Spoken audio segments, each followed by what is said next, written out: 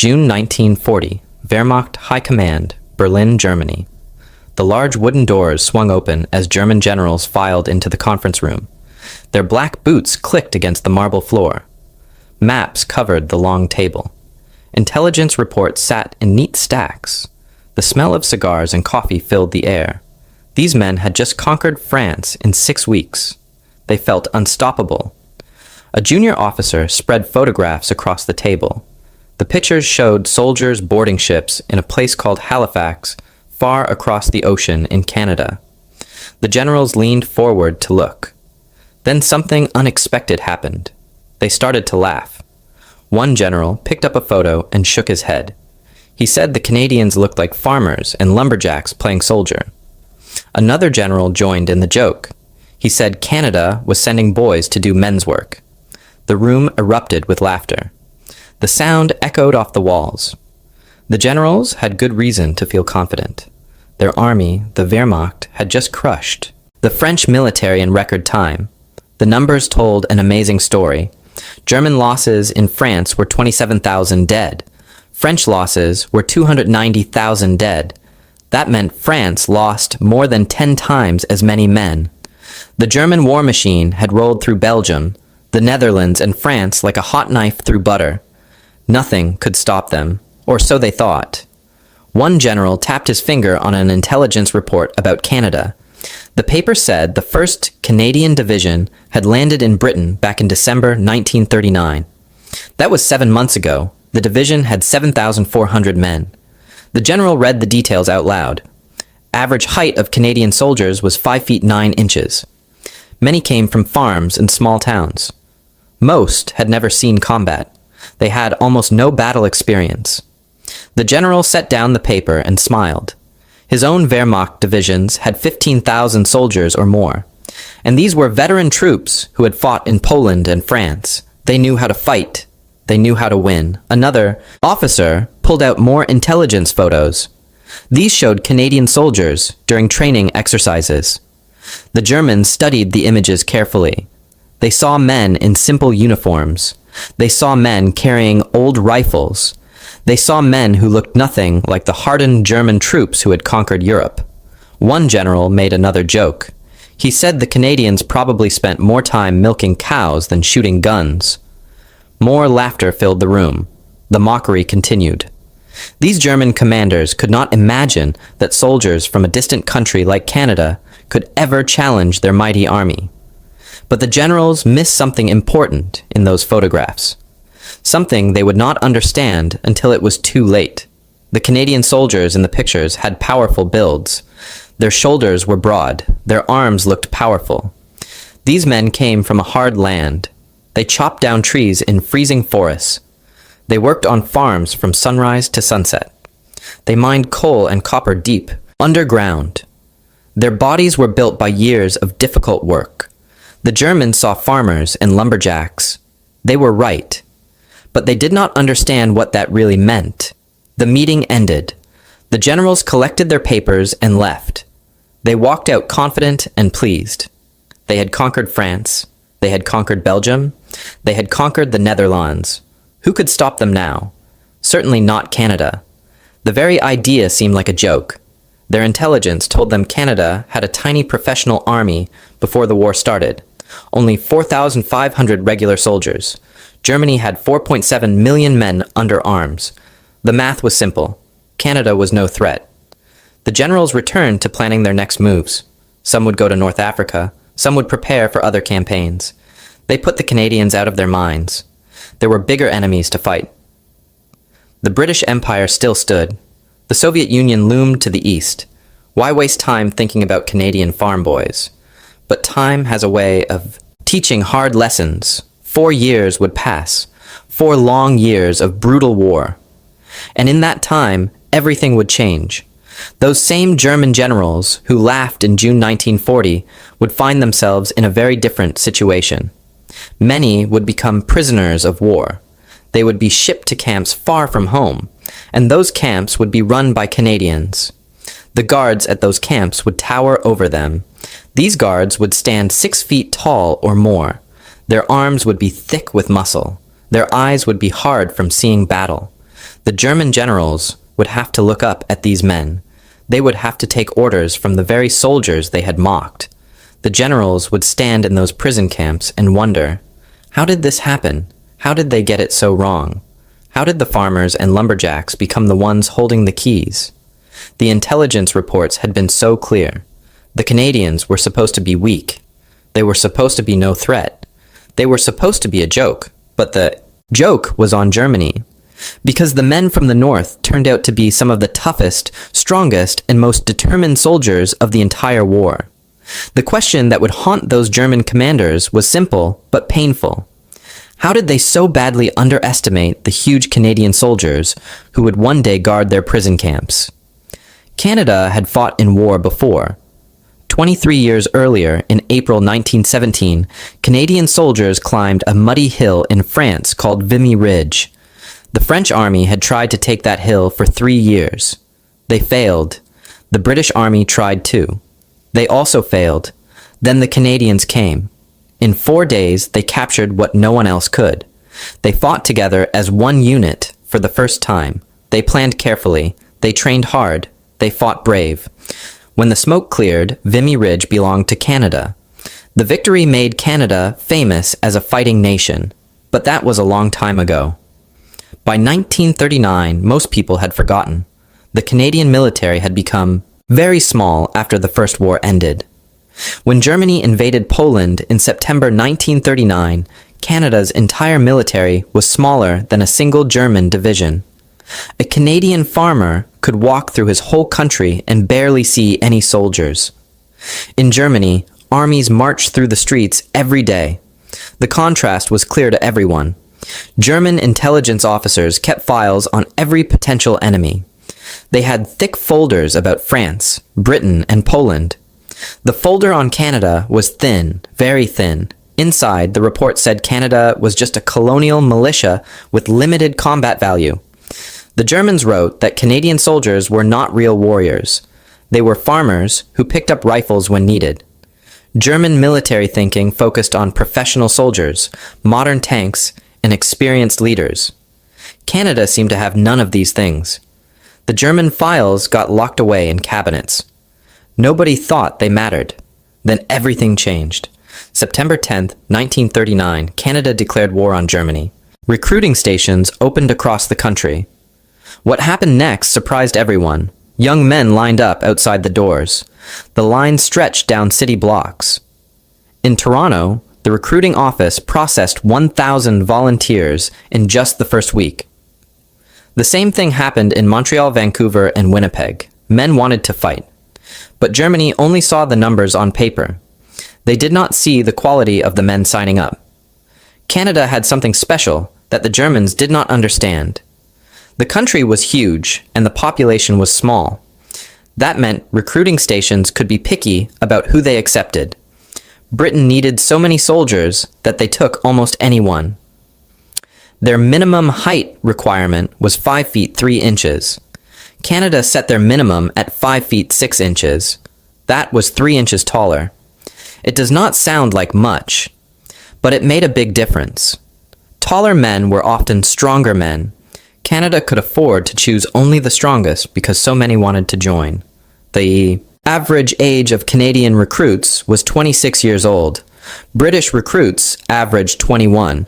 Those 5 extra years mattered. A 26-year-old man was fully grown.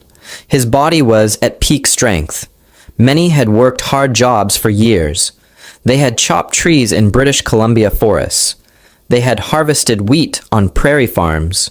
They had worked in coal mines pulling out ore. These jobs built muscles and toughness.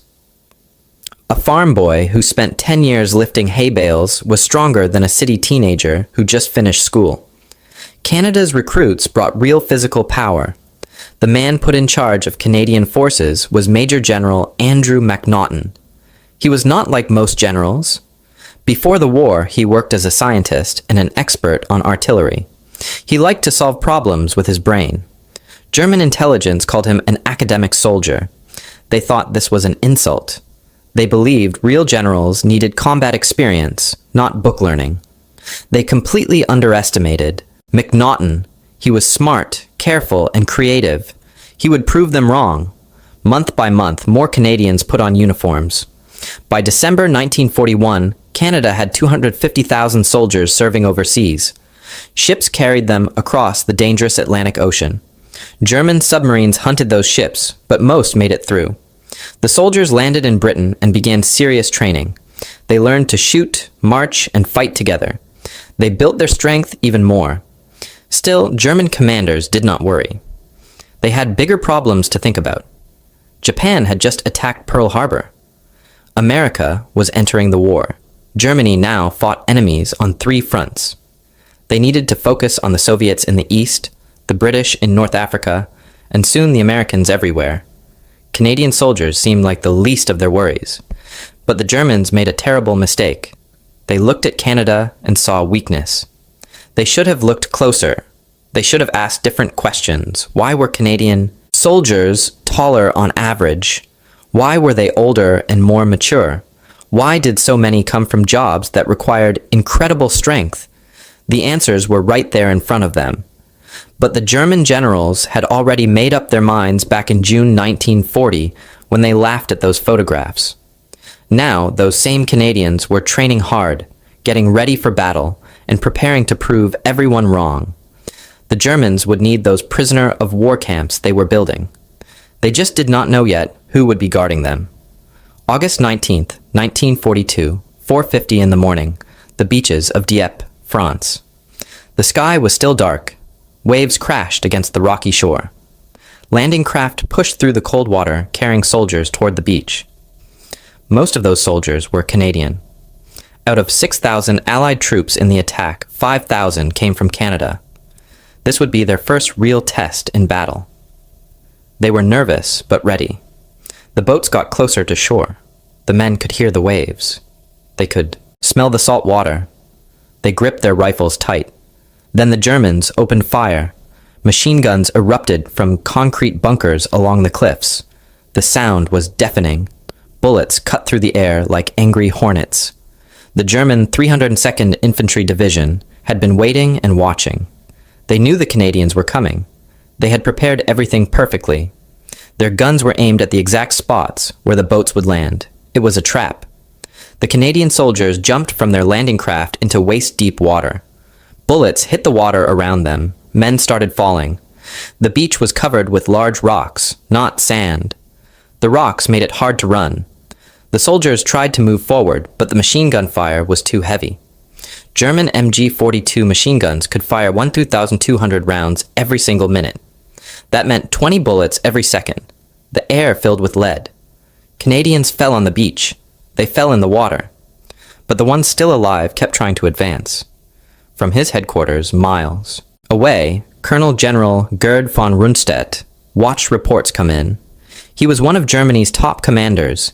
He expected an easy victory. At first, that is exactly what he got. The Canadians were pinned down. They could not move forward.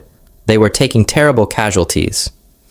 The battle should have ended quickly with the Canadians retreating. But something strange happened. The Canadians did not give up.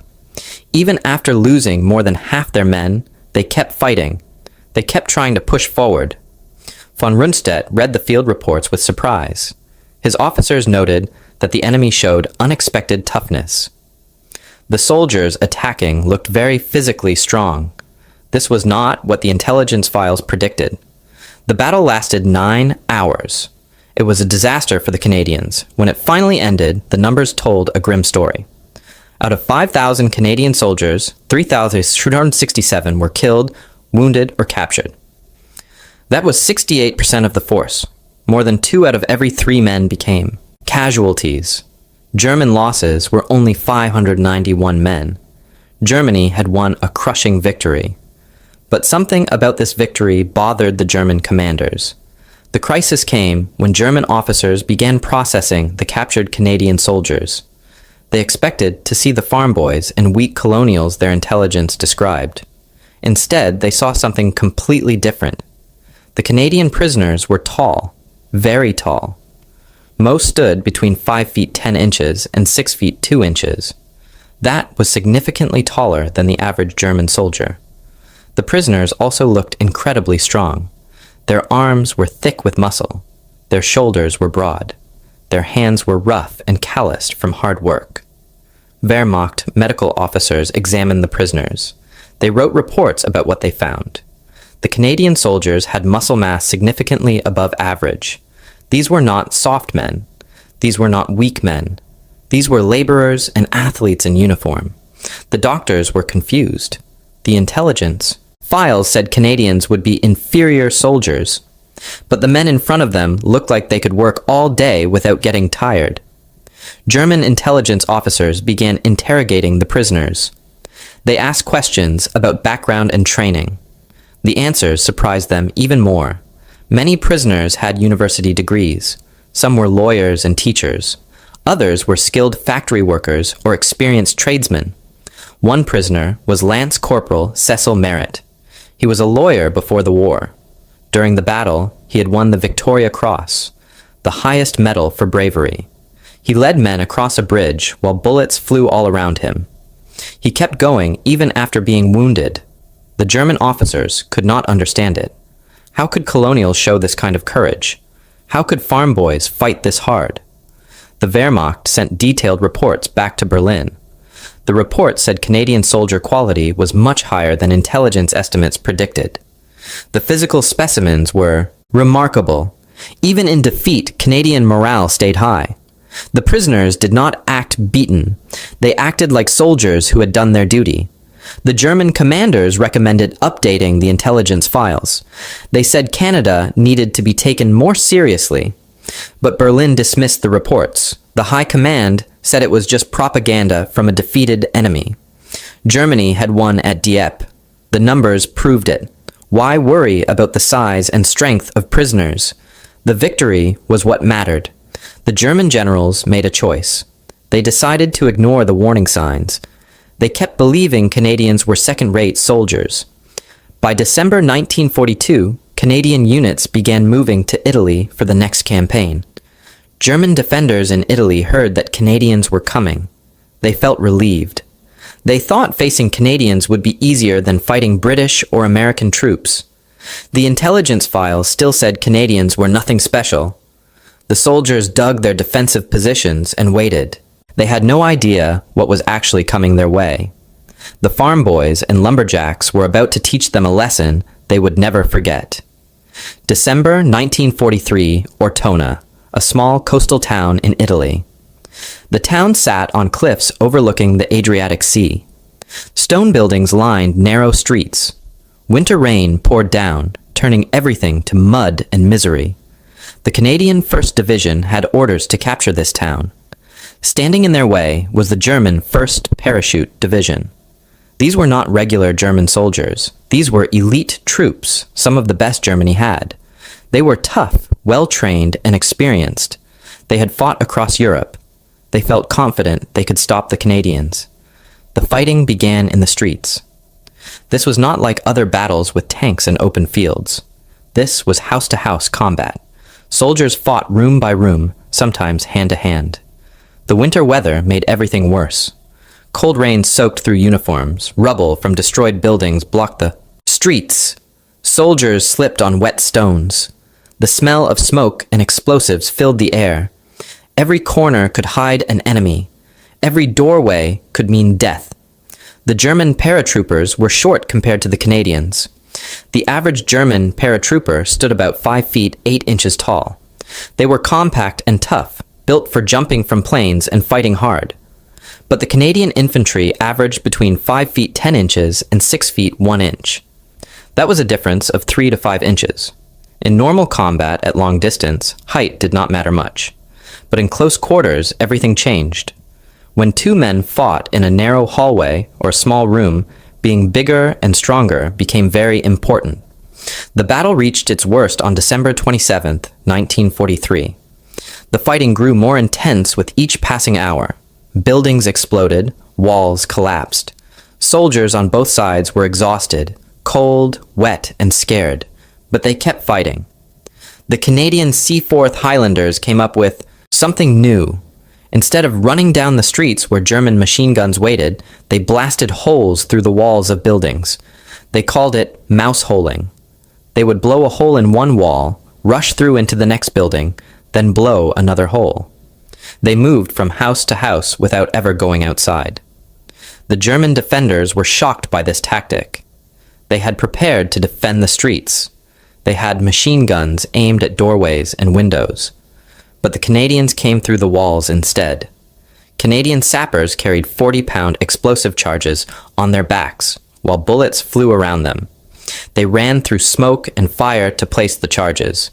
Then they blew the holes, and the infantry rushed through. It took incredible strength to carry that much weight while running and fighting.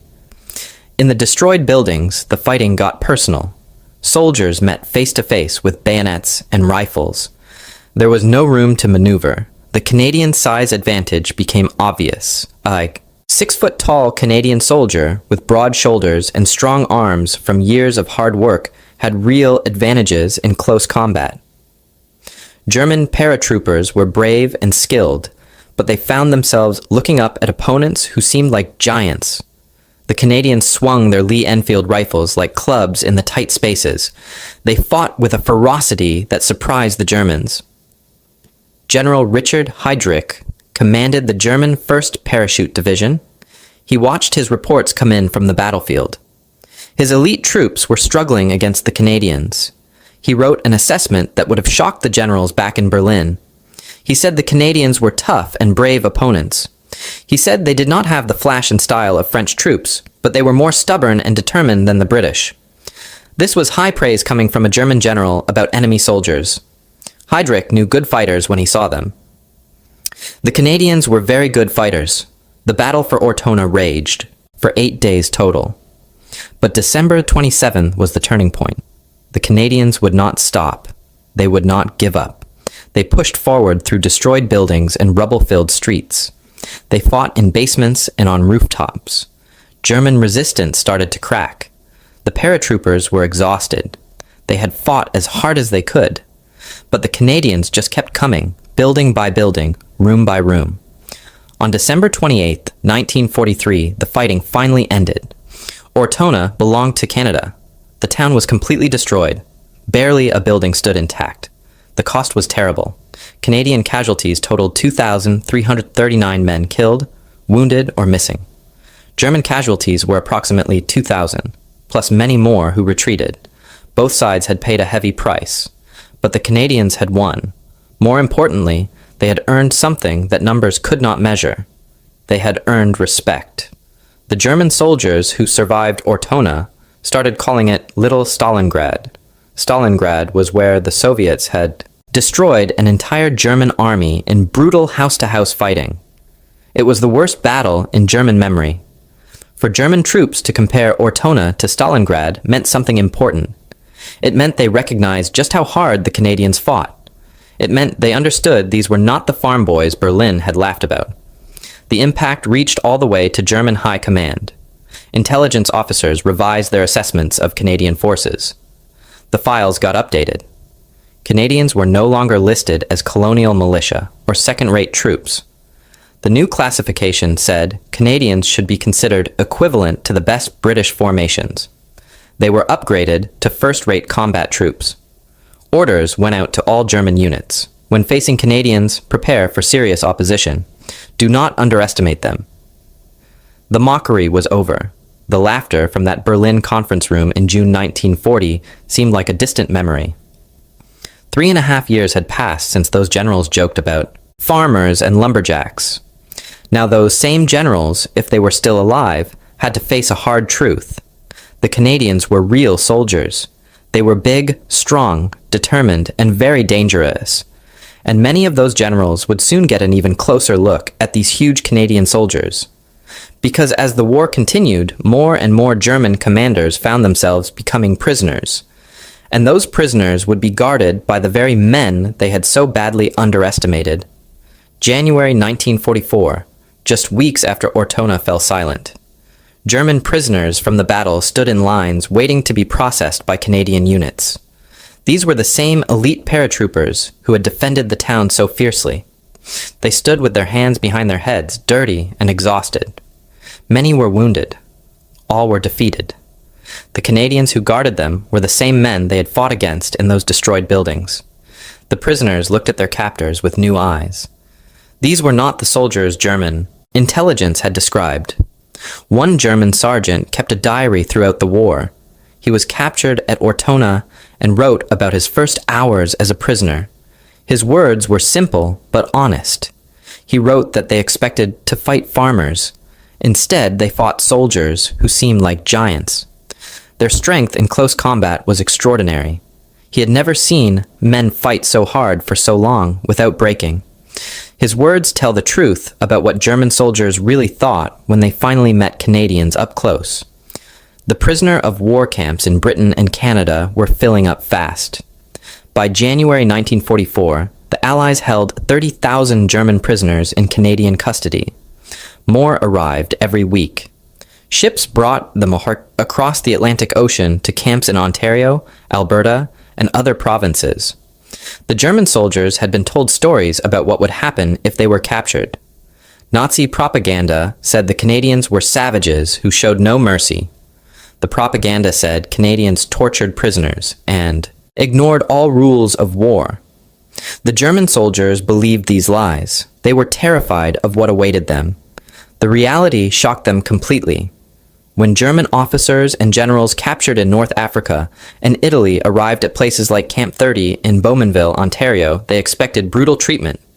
They stepped off the trains in the cold Canadian winter, their breath making clouds in the freezing air. Guards waited for them on the platform. The Germans looked at these guards and stopped in surprise. The guards were huge. Most stood around 5 feet 11 inches tall.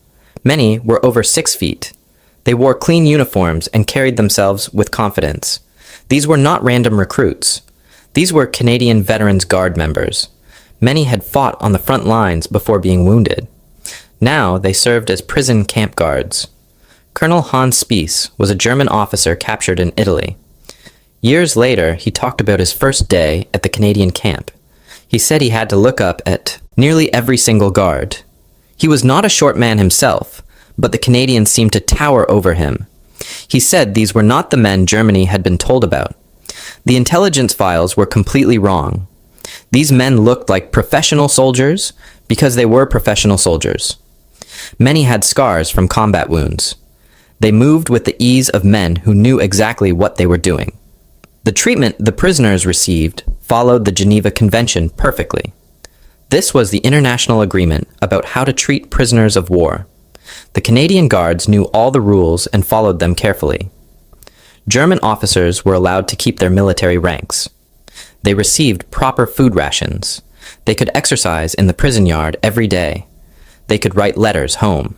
They could receive packages from the Red Cross. Nobody beat them. Nobody starved them. Nobody tortured them. The Nazi propaganda had been completely false, but even though the treatment was fair, the prisoners could not ignore one thing. Their guards were physically imposing. When a 6-foot 4-inch Canadian guard with muscles built from logging trees stands watch over you, you feel small. When that guard is a combat veteran who lost friends fighting your army, you understand the situation clearly. The Canadians did not need to be brutal. Their presence alone reminded everyone who won the war. General Lieutenant Kurt Vadan was a German general captured in Tunisia in 1943. He spent time in a Canadian prison camp. After the war, he gave an interview about his experience. He said that Germans had mocked Canadians as colonials and farmers. Then they saw them in person. Most guards stood over 6 feet tall. Many were former combat soldiers. Some walked with limps from old wounds. But they carried themselves like professionals. They did their jobs with quiet competence. Wadan said that he and his fellow officers realized they had been complete fools. They had believed their own propaganda. Reality was very different. The psychological impact on German prisoners was deep. Under Geneva Convention rules, prisoners were allowed to publish newspapers inside the camps. These were simple papers printed on cheap paper, but they let prisoners share news and stories. Soon, articles started appearing about Canadian military. Fontoma had commanded tank units in the Africa Corps under Rommel. He was a professional soldier with decades of experience. He had fought in 3 wars. Now he was a prisoner guarded by a one-legged logger from Canada. Von Thoma kept notes during his time in the camp. After the war, those notes were found and published. In them, he wrote about Sergeant MacDonald. He said this man showed more dignity in defeat than Germany showed in victory. He said MacDonald stood tall in both senses of the word. Physically tall, yes, but also morally tall. Von Thoma had expected his guards to be cruel or incompetent. Instead, he found men like MacDonald who did their duty with quiet professionalism. It changed how he thought about Canadians completely. Colonel Bogislaw von Bonin arrived at Camp 30 after being captured in Italy in 1944. He was an educated officer who kept a detailed diary throughout his imprisonment. His entries tell an interesting story. He wrote about what he remembered from 1940. Back then, he had read intelligence reports calling Canadians the weakest link in the British Empire. He believed those reports. Now, in the camp, he watched his guards every day. He described them as former infantry and tank crew members. He noted their average height was over 6 feet. He wrote that they moved with the confidence of men who had won battles. Von Bonin's diary included a powerful admission. He wrote that he could see why Germany lost the war. They had underestimated everyone. They thought themselves superior to all others. But the reality was different. The Canadians were not inferior. They were equals or better. Von Bonin realized this truth, sitting in a prison camp, looking up at guards he once would have dismissed as farmers. Hans Werner was only 19 years old when he was captured in Normandy in 1944. He stood just 5 feet 7 inches tall, shorter than most Canadian guards. He had joined the German army in 1939 when he was barely 14, lying about his age. Now he found himself working on a Canadian farm as a prisoner of war. The farmer who supervised him was an older man who had fought in the First War, then became a soldier again in this war, and now was back farming. The farmer treated Werner fairly. He showed him how to work the land properly. He fed him decent meals. Werner wrote letters to his mother in Germany. In one letter that survived, he told her these were good men. He said yes, they were large and physically intimidating, but they were also kind. They did not start this war, but they would finish it. He told his mother not to believe the propaganda anymore. The Canadians were not monsters. They were just men doing their duty. Private Robert Henderson worked as a guard at Camp 133 in Alberta. Years later, in 1985, someone interviewed him about his experiences. He was an old man by then, but he remembered clearly. He said those German officers expected brutal treatment. Instead, Canada gave them respect and followed all the rules. But Henderson admitted something else too. He said it felt good towering over men who had conquered Europe, especially when you had seen what they did to Canadian boys. He did not hate the prisoners, but he definitely felt satisfaction in the role reversal. Captain Ludwig Fischer was a German medical officer. He was wounded and captured during a battle in France. The Canadians brought him to a military hospital for treatment. Canadian doctors operated on him. Several of those doctors stood over 6 feet tall. They saved his life with professional care. Fischer could not believe it. He had spent years believing Canada was an insignificant nation full of inferior people. Now those people were saving his life. He said later that they proved him completely wrong, then showed him mercy anyway. General Otto Elfelt was captured on the Cherbourg Peninsula. He spent from 1944 to 1946 in Canadian prison camps. After his release, he gave interviews about the experience. He said he expected punishment for what Germany had done. Instead, he received treatment according to Geneva Convention. The guards were professional and disciplined. Yes, they were physically intimidating, but that just reflected Canadian national character. They were strong, capable, and badly underestimated. In 1975, 30 years after the war ended, a special military success. Prisoners wrote about how tough Canadian soldiers were in combat. They wrote about battles where Canadians had defeated German units. The story spread from camp to camp. German prisoners began to understand that their side had badly miscalculated. Letters going home to Germany told similar stories.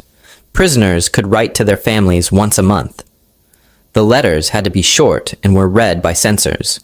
But within those limits, German prisoners warned their loved ones. They wrote things like, "Do not believe the propaganda about Canada. Their soldiers are not weak. They are formidable. They are strong and capable." One letter from a captured soldier to his mother said the Canadian Guards were good men. They were large, yes, but also kind. They did not start the war, but they would certainly finish it. The human cost of the war was visible in every prison camp. The German prisoners had lost friends and brothers. The Canadian Guards had lost friends and brothers too. Both sides had suffered. Both sides had seen terrible things. But in the quiet moments between guard shifts and mealtime, something unexpected happened. Respect began to grow. The Germans respected the Canadians for fighting well and treating prisoners fairly. The Canadians respected the Germans as fellow soldiers who had done their duty, even though that duty was to an evil cause. The broader significance was becoming clear. Germany had entered the war thinking it would fight weak opponents. They thought Canadians were jokes. They thought wrong. Now German generals sat in prison camps in Ontario, guarded by the very men they had mocked. Those huge Canadian soldiers standing watch were living proof that underestimating your enemy is a fatal mistake. But the war was not over yet. More Canadian soldiers were preparing for the biggest battle of all. Hey, I'm sorry to interrupt, but if you're enjoying this story about these underestimated Canadian giants, please consider subscribing to Canadians at War. It really helps us keep telling these forgotten stories of courage and sacrifice. Now, back to the biggest battle of all. June 6, 1944, the beaches of Normandy, France. This was D-Day, the largest invasion in history. Allied forces stormed 5 different beaches the morning. American troops hit Omaha and Utah beaches, British troops attacked Gold and Sword beaches, and Canadians assaulted a beach called Juno. The waves were rough, the wind was strong. Landing craft bounced in the water as they approached the shore. Inside those boats, thousands of Canadian soldiers from the 3rd Canadian Division prepared for battle. By this point in the war, German intelligence had learned its lesson about Canadians. Wehrmacht commanders knew exactly who was coming to Juno Beach. They had read the reports from Ortona. They had talked to survivors from Italy. They knew Canadians were dangerous opponents, so the German 716th Infantry Division defending Juno Beach received special reinforcements. Extra machine guns arrived. More concrete bunkers were built. The additional troops moved into position. The Germans were not taking any chances. They prepared specifically because Canadians were coming. The battle for Juno Beach was brutal. German guns opened fire as soon as the landing craft got close. Canadians jumped into the cold water and pushed toward shore. Men fell, but the ones still standing kept moving forward. They had trained for this. They knew what to do. The first wave suffered terrible casualties, but they created openings for the waves behind them. Slowly, steadily, the Canadians pushed inland. They cleared bunkers. They knocked out machine gun positions. They fought through beach defenses that were supposed to stop them. By the end of D-Day, something remarkable had happened. The Canadians advanced further inland than any other Allied force. They pushed 11 miles from the beach. The Americans at Omaha Beach, which had low-etter defenses, only advanced 2 miles. The British at their beaches managed about 6 miles. But the Canadians drove 11 miles into enemy territory. They did this against reinforced German positions that expected them. The farm boys and lumberjacks had become the tip of the spear. German defensive doctrine changed because of Canadian success. Orders went out to Wehrmacht units across Europe. When facing Canadian forces, these orders said, expect aggressive tactics, expect high endurance in sustained combat, expect superior physical conditioning. The warnings were specific and detailed. German commanders no longer dismissed Canadians as weak colonials. They planned for them the same way they planned for elite British or American units. Actually, they often planned even more carefully. Canadian units had earned a reputation for being stubborn and relentless. Back in Canada, the prisoner of war camp system expanded dramatically. More camps opened across the country. By the time the war ended in 1945, Canada held 35,000 German prisoners. These camps were spread from Ontario to Alberta to British Columbia.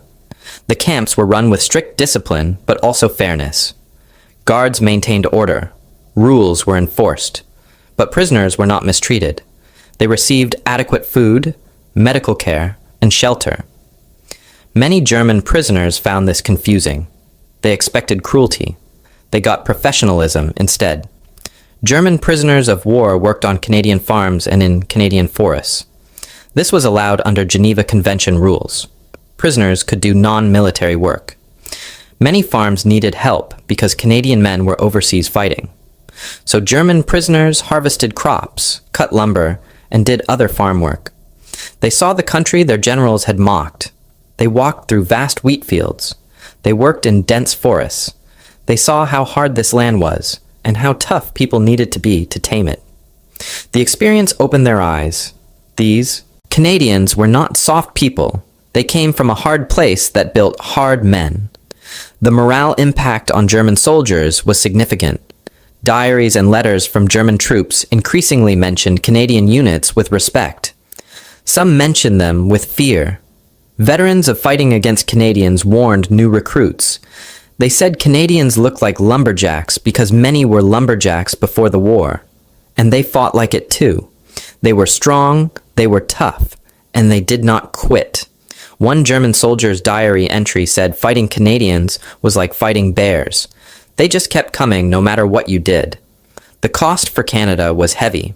Between 1944 and 1945, Canadian forces suffered 42,042 casualties.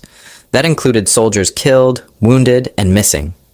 These were sons, fathers, brothers, and friends. Every number represented a real person with a family back home. But those casualties came while achieving major victories. The Canadian First Army fought in some of the toughest battles of the war's final year. They cleared the Scheldt estuary in Belgium, opening the port of Antwerp. They fought through the Rhineland into Germany itself. These were not easy battles. German forces defended desperately, but the Canadians prevailed. German forces opposing Canadians reported unusual difficulties. Their after-action reports noted that Canadian units attacked with exceptional determination. Defensive positions that should have held for days fell in hours. German officers struggled to explain why. The answer was simple, but hard to admit. The Canadians were better soldiers than expected.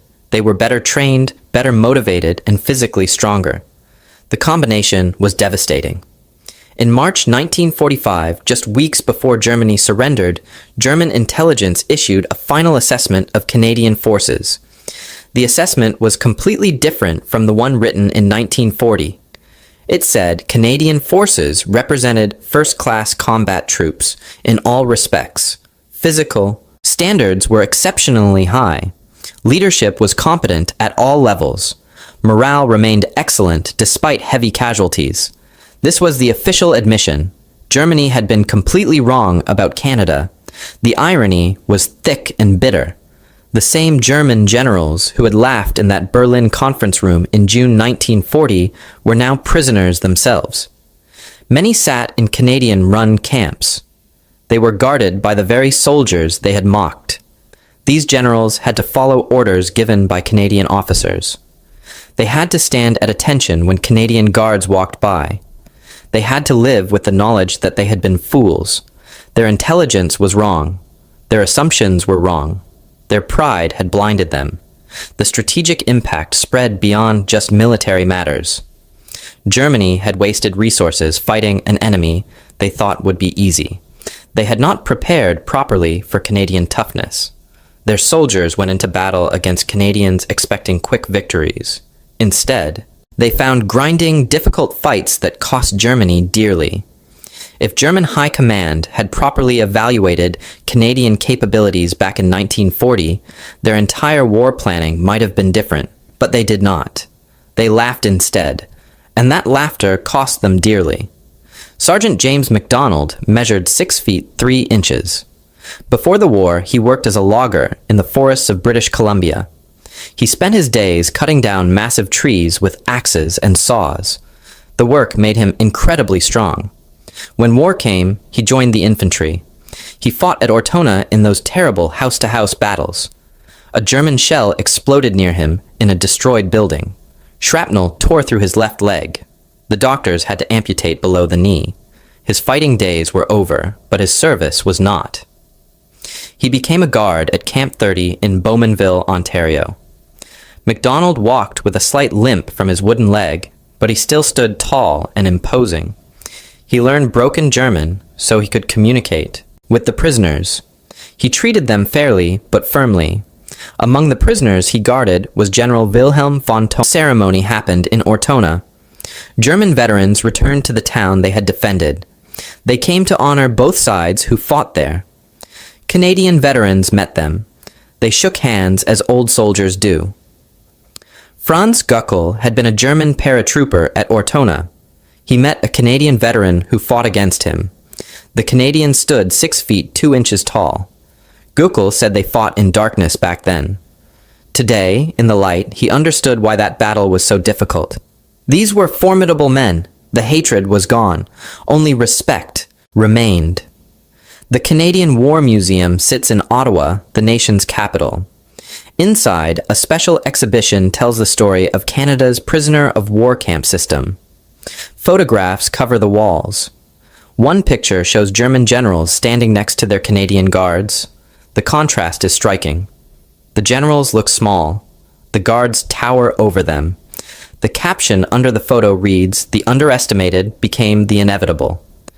The numbers tell an amazing story. Canada had a population of only 11 million people during the war, yet 1.1 million Canadians served in uniform. That means 1 out of every 10 people in the entire country joined the military. It was a remarkable national effort. After the war ended, military academies around the world studied what happened. They created a new lesson for officer training. The lesson was simple: never underestimate your opponent based on assumptions or prejudice. Canadian performance in World War II became a case study. Military students learned how German intelligence failed completely in judging Canadian capability. They learned how those wrong assumptions led to poor planning and unnecessary defeats. The story of German generals mocking Canadians became a warning.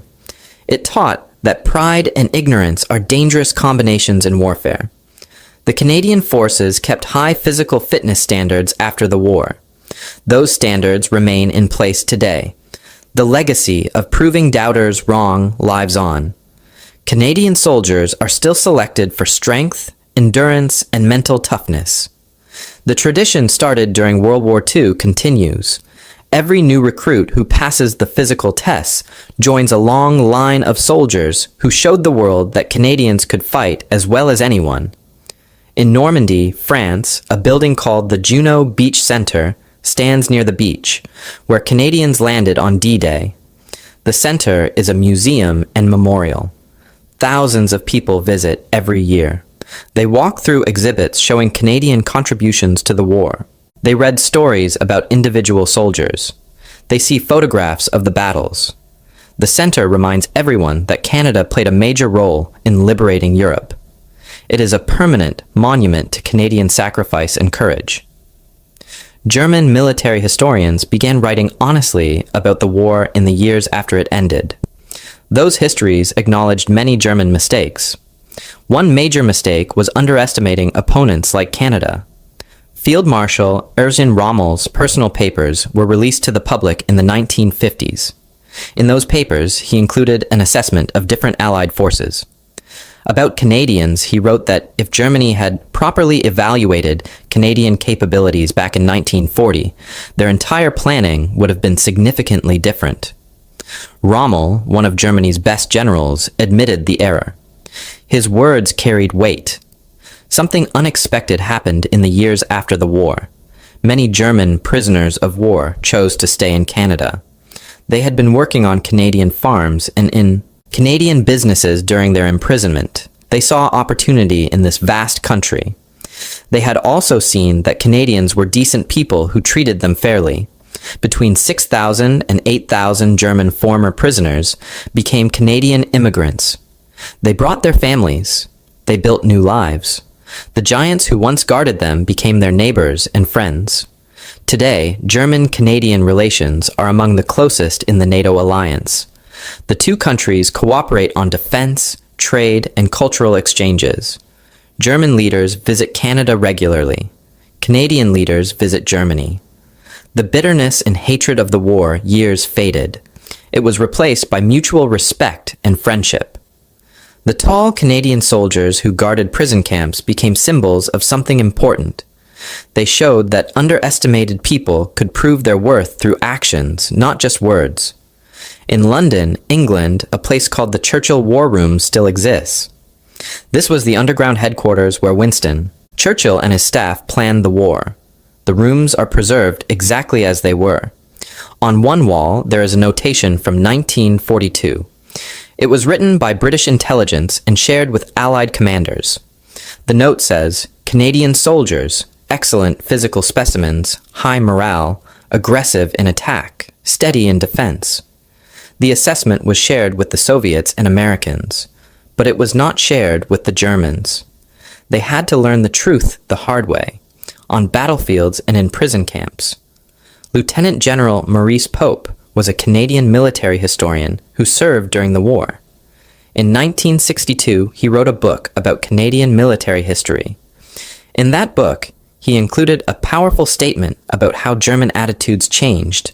He wrote that in 1940, German generals laughed at Canada. By 1945, those same generals stood at attention when Canadians passed. Not because Canadians demanded it, but because Canadians earned it. Pope said that sometimes the biggest truth comes from the biggest men. His words captured the entire story perfectly. There is a photograph from Camp 30 taken in 1945, just before the war ended. In the picture, a German general sits at a table signing surrender documents. Behind him stands a Canadian guard. The guard is 6 feet 4 inches tall with his arms crossed. His uniform is clean and pressed. His face is calm but serious. The general's hand shakes slightly as he signs, not from fear of the guard, but from the weight of realization. Everything Germany believed about Canada was wrong. The intelligence was wrong. The assumptions were wrong. The mockery was wrong. And now, in this moment, the general understands the full extent of that terrible mistake. The story of German generals mocking Canadian soldiers teaches us something important about human nature. It shows what happens when pride replaces wisdom. It shows the danger of judging people based on where they come from instead of who they are. It reminds us that physical strength combined with moral courage is a powerful force. Most importantly, it proves that underestimated people often become the most dangerous opponents. The farmers and lumberjacks from Canada showed the world they could fight, win, and then show mercy. They were mocked, tested, proven right, and ultimately respected. Their legacy lives on in every Canadian who serves today, standing tall and ready, just like those huge soldiers who guarded the very men who once laughed at them.